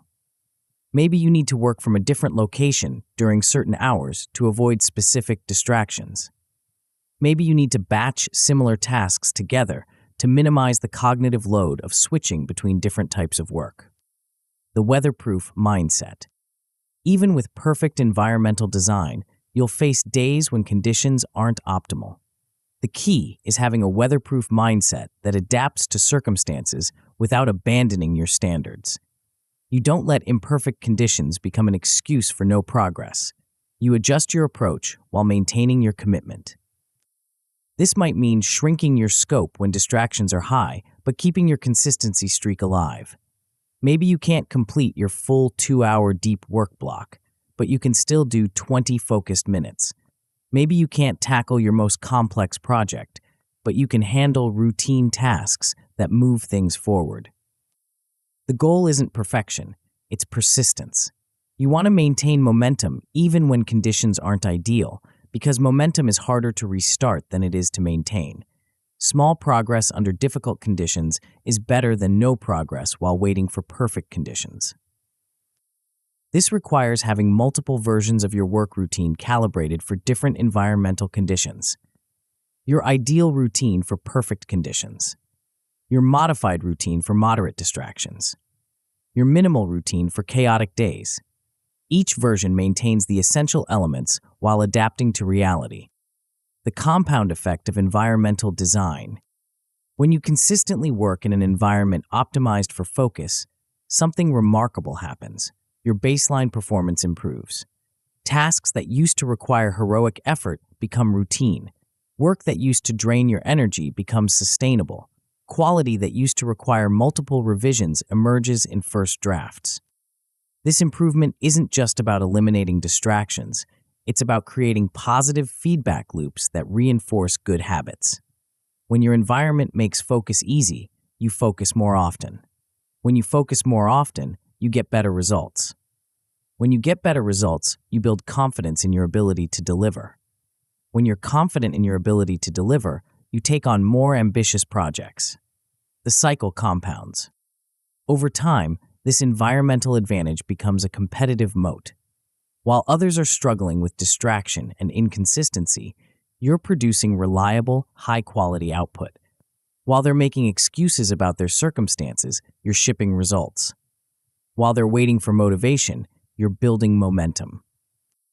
Your colleagues begin to notice the difference. They see that you consistently deliver on commitments, that your work quality is predictably high, that you seem calm and focused while others appear scattered and reactive. They start bringing you their most important projects because they trust your execution. Your reputation for reliability becomes a career accelerator. The social dimension of boundaries. One of the biggest challenges in environmental design is managing other people's expectations and demands. Most people operate under the assumption that they should have immediate access to your attention whenever they need it. They expect instant responses to messages, immediate availability for impromptu meetings, and constant accessibility for questions and requests. This expectation is both unrealistic and destructive. It fragments your attention, prevents deep work, and trains others to see you as a reactive resource rather than a proactive contributor. The solution isn't to become antisocial. It's to be intentional about when and how you make yourself available. This requires clear communication about your boundaries and consistent enforcement of your rules. You need to educate others about your working style, explain the reasoning behind your boundaries, and offer alternative ways for them to get what they need without disrupting your focus. Most people will respect boundaries once they understand them, especially if you're reliable about responding during your designated availability windows. The key is being proactive about setting expectations rather than reactive about managing violations. When someone learns that you always respond to messages within 4 hours during business days, they stop expecting immediate responses. When they know you're available for questions every Tuesday and Thursday from 2 to 3 p.m., they save their non-urgent issues for those times. When they understand that your closed door means you're in deep work mode, they find other ways to get help. The result is a more sustainable relationship with your colleagues and a more productive relationship with your work. You become known as someone who's responsive when available and focused when working, rather than someone who's partially available all the time. But even the most perfectly designed environment won't help if you can't learn from your mistakes and continuously improve your performance. In the next chapter, we'll explore the one skill that separates good performers from great ones, the ability to extract lessons from every shot and systematically eliminate the errors that keep you from hitting your target. Chapter 8. Feedback. There's a secret that separates world-class performers from everyone else, and it's not what you think. It's not talent, dedication, or even perfect technique. It's something far more subtle, but infinitely more powerful: the ability to see patterns that others miss. Watch a novice archer after they shoot. They look at the target, see where the arrow landed, and either celebrate or curse their luck. Watch a master archer, and you'll see something different. They're not looking at the target. They're replaying the shot in their mind, analyzing their form, noting the wind conditions, and making micro-adjustments for the next attempt. The novice sees results, the master sees systems. This difference in perspective explains why some people plateau after initial progress, while others continue improving for decades. It's not about working harder, it's about learning faster. And learning faster requires a feedback system that most people never build. The illusion of obvious improvement. Here's the trap that catches most ambitious people. They assume that experience automatically equals improvement. They think that shooting more arrows, working longer hours, or handling more projects will naturally make them better. This is like assuming that driving to work every day will make you a Formula One driver. Experience without feedback doesn't create mastery, it creates habits. And if those habits include subtle errors, you're not getting better with practice. You're getting consistently wrong with practice. You're cementing mistakes into muscle memory and wondering why your performance plateaus despite your effort. South Korea's Olympic archery team understands this better than perhaps any sports organization in the world. They've dominated international competition for decades, not because they have superior athletes, but because they have superior feedback systems. Every shot is logged. Every technique element is tracked. Every pattern is analyzed. Their archers don't just practice, they practice deliberately. They isolate specific elements of their technique and work on them systematically. They use blind bail training, where they shoot at a target so close they can't miss, focusing entirely on form rather than accuracy. They maintain detailed logs that track not just where arrows land, but how each shot felt, what the conditions were, and what adjustments they made. The result? Predictable excellence. While other countries produce occasional champions, South Korea produces consistent dominance. Their archers perform at their peak, regardless of pressure, conditions, or competition level, because they've systematically eliminated the variables that cause inconsistency. The variance problem. Most people focus on hitting the bullseye when they should focus on tightening their grouping. They celebrate the occasional perfect shot while ignoring the pattern of near misses that reveals their real skill level. They're optimizing for peak performance instead of consistent performance. This is backwards. Variance is the enemy of mastery. An archer who hits the 9-ring consistently will always outperform one who alternates between bullseyes and complete misses. A business professional who delivers B+ work reliably will always outperform one who alternates between A+ breakthroughs and C failures. The key insight is that accuracy follows precision. When you can repeat the same motion consistently, you can then adjust that motion to hit the center. But if your motion varies wildly from shot to shot, you can't make meaningful adjustments because you don't know which variables caused which results. This is why elite performers obsess over process metrics rather than outcome metrics. They track the inputs they can control, their preparation routine, their technique consistency, their environmental conditions, rather than the outputs they can't directly control. They know that if they perfect the process, the results will follow. Your work operates the same way. Instead of celebrating the occasional brilliant project while ignoring the pattern of mediocre ones, focus on making your process so consistent that excellence becomes predictable. Instead of hoping for inspiration to strike, build systems that create the conditions where your best work emerges naturally. The lost arrows ledger. Every archer loses arrows. They shoot into the woods, miss the target completely, or hit something they didn't intend to hit. The question isn't whether you'll lose arrows, it's whether you'll learn from the ones you lose. Most people treat mistakes as isolated incidents. They miss a deadline, deliver subpar work, or make a strategic error, then move on without extracting the lesson. They're essentially throwing away the most valuable data they could collect, information about what doesn't work. Elite performers do the opposite. They maintain what I call a lost arrows ledger, a systematic record of what went wrong, why it went wrong, and how to prevent it from happening again. This isn't about self-flagellation or dwelling on failures. It's about pattern recognition that prevents future errors. The format is simple, 3 lines per incident. What happened?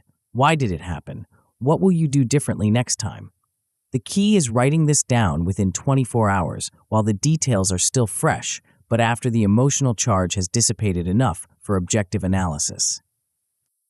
Over time, patterns emerge. Maybe you consistently underestimate how long complex projects will take. Maybe you make poor decisions when you're tired. Maybe you struggle with a specific type of client interaction. These patterns are invisible when you're living through them day by day, but they become obvious when you review your logs weekly. Once you can see the patterns, you can design interventions. If you consistently underestimate project timelines, you can add a standard buffer to all estimates. If you make poor decisions when tired, you can schedule important choices for high-energy periods.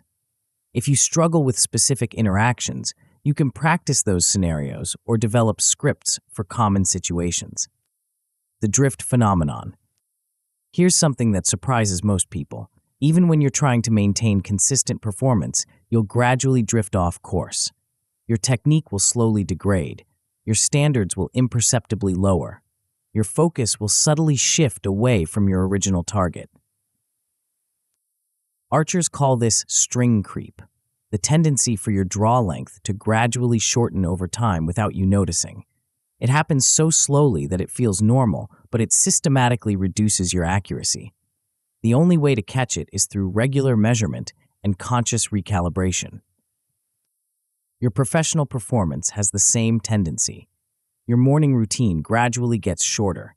Your quality standards slowly relax. Your priorities imperceptibly shift toward urgent but unimportant tasks. You don't notice the change because it happens incrementally, but over months, you're operating at a significantly lower level than when you started. The solution is scheduled re-anchoring, regular sessions where you consciously return to your original standards and intentions. This isn't about major overhauls or dramatic changes. It's about subtle course corrections that prevent small drifts from becoming major deviations. Weekly re-anchoring might involve rereading your North Star metric, reviewing your process notes, and making one small adjustment based on the previous week's feedback. Monthly re-anchoring might involve deeper analysis of your patterns and more significant process improvements. Quarterly re-anchoring might involve reassessing your goals and methods entirely. The key is making this recalibration systematic rather than reactive. You don't wait until you notice problems. You prevent problems by staying ahead of the natural drift that affects all human performance. The practice without pressure. One of the most powerful techniques in the feedback arsenal is what archers call blind bail practice. You shoot at a target so close that you literally cannot miss, usually just a few feet away. Since accuracy is guaranteed, you can focus entirely on perfecting your form without the anxiety of trying to hit a specific target. This separation of technique from outcome is crucial for rapid improvement. When you're worried about results, your brain divides its attention between executing the motion and evaluating the outcome. When you remove outcome pressure, your brain can focus entirely on optimizing the motion itself. Your work needs the same kind of pressure-free practice. You need regular sessions where you rehearse important skills without the stakes of real performance. This might mean practicing presentations to an empty room, writing drafts that you'll never send, or role-playing difficult conversations with a trusted colleague. The key is making these practice sessions short, frequent, and focused on one specific element at a time. Maybe you spend 10 minutes each morning practicing your opening lines for sales calls. Maybe you write one paragraph each day, focusing purely on clarity and concision. Maybe you rehearse one difficult conversation scenario each week. These micro-practices compound over time. When you face the real situation, your brain has already optimized the motion through repetition. You can focus on execution rather than figuring out what to do, which dramatically improves your performance under pressure. The maintenance mindset. Elite performers understand something that amateurs miss. Your system requires maintenance. Just like a bow needs regular tuning to maintain accuracy, your personal performance system needs regular attention to prevent degradation. This maintenance isn't glamorous. It's checking your posture during long work sessions. It's taking micro breaks before fatigue sets in. It's reviewing your process notes weekly. It's scheduling lighter deload periods to prevent burnout. It's the unglamorous work that keeps your system running at peak efficiency. Most people ignore maintenance until something breaks. They work until they're exhausted, then wonder why their performance suffers. They skip their routines when they're busy, then struggle to restart them later. They push through fatigue instead of taking strategic breaks, then make costly errors that require extensive rework. The maintenance mindset flips this approach. You invest small amounts of time and energy in system upkeep to prevent large amounts of time and energy lost to system failures. You take breaks before you need them. You review your process before problems emerge. You adjust your workload before you hit your limits. This proactive approach creates a compound advantage. Your system stays reliable longer. Your performance remains consistent across changing conditions. Your recovery time from setbacks decreases. Your overall capacity increases because you're not constantly repairing damage from neglect. The compound effect of systematic learning. When you implement a comprehensive feedback system, something remarkable happens. Your rate of improvement accelerates. You stop making the same mistakes repeatedly. You identify and fix problems before they become patterns. You optimize your process based on data rather than intuition. This creates a compound learning effect. Each week, you're slightly better than the week before. Each month, the improvements stack into noticeable gains. Each quarter, you're operating at a significantly higher level than when you started. The improvements feel gradual day by day, but they're dramatic year by year. Your colleagues begin to notice the difference. They see that your work quality is consistently high. They observe that you rarely make the same mistake twice. They notice that you seem to learn faster from experience than others. Your reputation for reliability and continuous improvement becomes a career accelerator. But perhaps most importantly, you develop confidence in your ability to improve. Instead of hoping you'll get better with experience, you know you'll get better because you have systems that guarantee learning. Instead of feeling stuck when you hit plateaus, you have tools to diagnose and overcome them. This confidence changes how you approach challenges. You're more willing to take on difficult projects because you trust your ability to learn what you need to know. You're more resilient when facing setbacks because you see them as data rather than failures. You're more ambitious in your goals because you have evidence of your ability to systematically close skill gaps. The feedback loop you build today determines the trajectory of your entire career. But even the most sophisticated feedback system is meaningless if you can't integrate all these elements into a coherent way of operating. In the final chapter, we'll explore how the bow and arrow method transforms from a collection of techniques into a complete operating system for achieving the life you actually want. Chapter 9, Bullseye Life. You now possess something most people will never have, a complete operating system for discipline. Not motivation that comes and goes with your mood, not willpower that depletes with use, not hustle that burns you out and leaves you empty. You have a method, a repeatable sequence that transforms scattered effort into laser-focused execution. But here's what separates this moment from every other productivity system you've encountered. This isn't about doing more, it's about becoming more.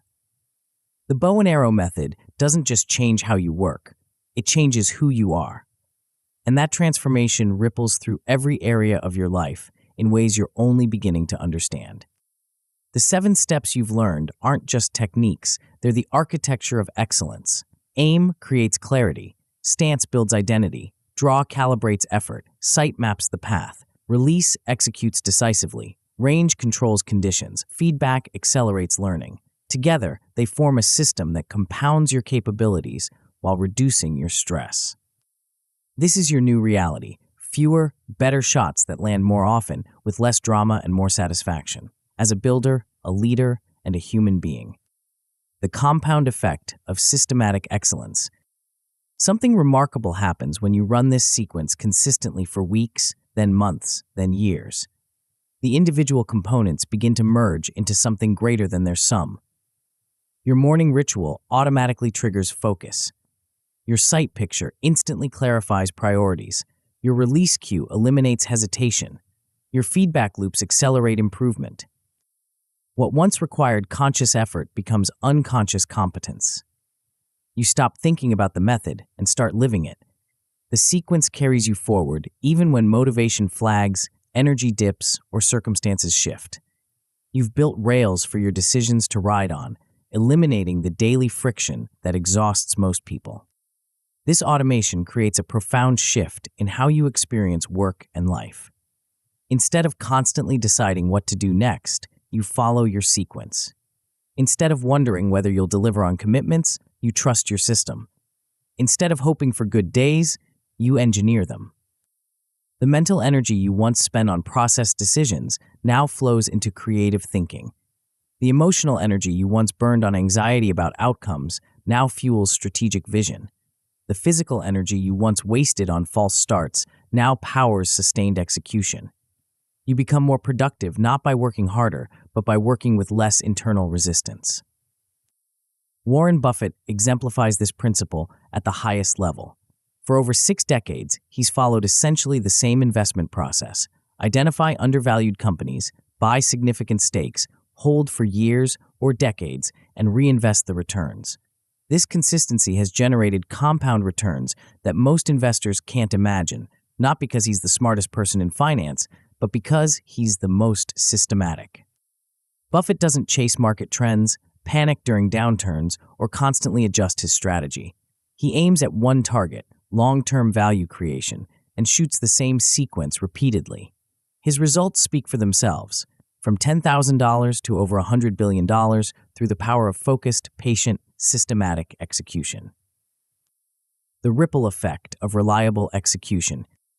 When you become someone who consistently delivers on commitments, something unexpected happens. Other people start organizing their lives around your reliability. Colleagues begin scheduling important projects around your availability because they know you'll execute flawlessly. Clients choose you over competitors because they trust your timelines.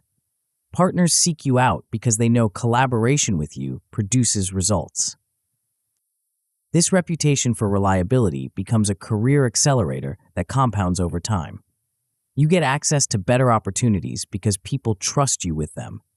You command premium pricing because certainty has value.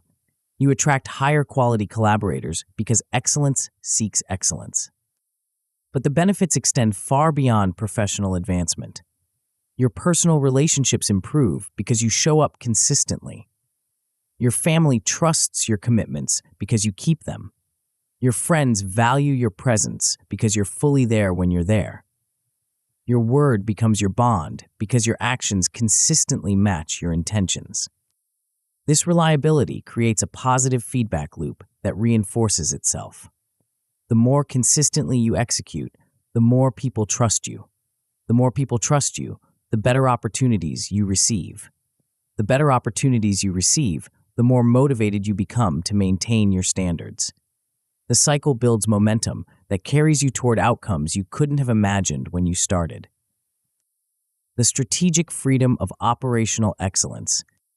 Here's the paradox that most people miss. Constraints create freedom.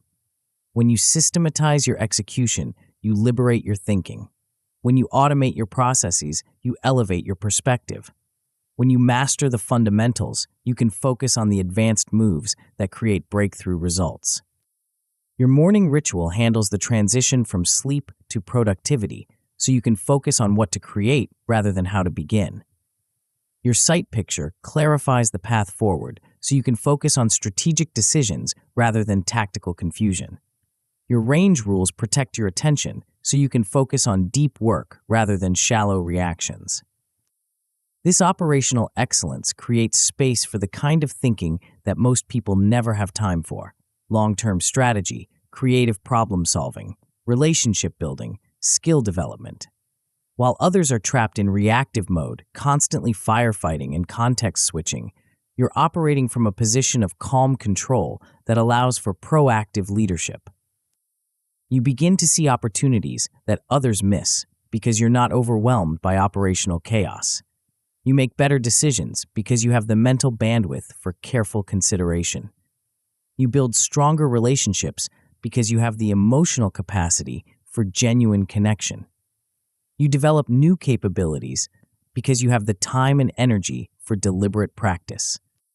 This is the true promise of the bow and arrow method. Not just better productivity, but better thinking. Not just more output, but more impact. Not just busier days, but more meaningful work. The identity transformation. Perhaps the most profound change you'll experience is the shift in how you see yourself. You'll stop identifying as someone who struggles with consistency and start seeing yourself as someone who executes reliably. You'll stop hoping you'll follow through on commitments and start knowing you will. You'll stop trying to be disciplined and start being disciplined. This identity shift happens gradually through accumulated evidence. Every completed sequence strengthens your self-image as someone who finishes what they start. Every kept commitment reinforces your identity as someone whose word means something. Every clean release builds your confidence in your ability to perform under pressure. Over time, this new identity becomes self-reinforcing. You make choices that align with who you've become rather than who you used to be. When faced with the decision to skip your routine or follow through, you ask, what would someone who finishes the sequence do? The answer becomes obvious, and the choice becomes automatic. This identity-based approach to behavior change is far more powerful than willpower-based approaches because it addresses the root cause rather than just the symptoms. Instead of fighting your impulses, you align your impulses with your identity. Instead of forcing yourself to act differently, you become someone who naturally acts that way. The multiplication effect on teams. When you bring this systematic approach to team leadership, the results multiply exponentially. Your clarity creates alignment. Your consistency builds trust. Your reliability enables others to plan confidently around your contributions. Your feedback systems help the entire team learn faster and perform better. Teams begin to mirror your approach because they see its effectiveness. They start setting clearer targets because they see how it improves their own performance. They develop better routines because they experience the benefits firsthand. They create stronger feedback loops because they witness the acceleration in learning and improvement. This cultural shift transforms team dynamics. Instead of competing for attention and resources, team members align around shared targets. Instead of working in silos, they coordinate around clear checkpoints and milestones. Instead of hoping for good outcomes, they engineer them through systematic execution. The team becomes known for reliability, quality, and consistent delivery. This reputation attracts better talent, more interesting projects, and increased autonomy. Success builds on success as the team's systematic approach creates a competitive advantage that compounds over time. Your next shot starts now. You stand at a crossroads. Behind you lies the scattered approach that brought you this far, working harder, hoping for better, relying on motivation and willpower to carry you through. It's familiar, but it's also exhausting, unpredictable, and ultimately limiting. Ahead of you lies a different path, the way of the archer who hits the target not through luck or heroic effort, but through systematic precision. It requires commitment to the sequence, even when you don't feel like it. It demands consistency, even when circumstances aren't perfect. It asks you to trust the process, even when results aren't immediately visible. But here's what that path offers in return: the quiet confidence that comes from knowing you can deliver on any commitment you make. The calm satisfaction of seeing your capabilities compound month after month. The strategic freedom that emerges when operational excellence becomes automatic. The deep fulfillment of becoming someone whose word is their bond and whose work speaks for itself. Your first step is simple, but not easy. Write down your North Star metric, the one outcome that would make everything else easier or unnecessary. Put it on a card where you'll see it every day. Read it before every work session. Let it become the filter through which you evaluate every opportunity, request, and distraction. Next, identify 3 micro-targets for this week that directly impact your North Star. Make each one finishable in a single day. Schedule them in your calendar with the same seriousness you'd give to an important meeting. Protect them with range rules that prevent interruptions and distractions. Finally, design your knocking ritual, the 3-minute sequence that will transition you from scattered attention to focused execution. Same time, same place, same cue. Make it so simple you could do it on your worst day, so consistent it becomes automatic, so reliable it creates momentum even when motivation is absent. The Archer's Promise. The path ahead isn't about perfection, it's about precision. Not heroic days, but repeatable ones. Not motivation, but mechanism. Not hoping for the best, but engineering it through systematic excellence. You don't need perfect conditions to begin. You don't need complete clarity about the destination. You don't need confidence in the outcome. You just need commitment to the sequence. The archer who wins isn't the strongest or the smartest. It's the one who runs the same shot sequence, day after day, until excellence becomes inevitable. Every clean shot rewires your identity. Every completed sequence builds your reputation. Every week of consistency compounds into months of momentum. The method becomes the message. The process becomes the product. The archer becomes the arrow. Your target is waiting. Your bow is ready. Your sequence is clear. Draw, breathe, release. Welcome to your Bullseye life.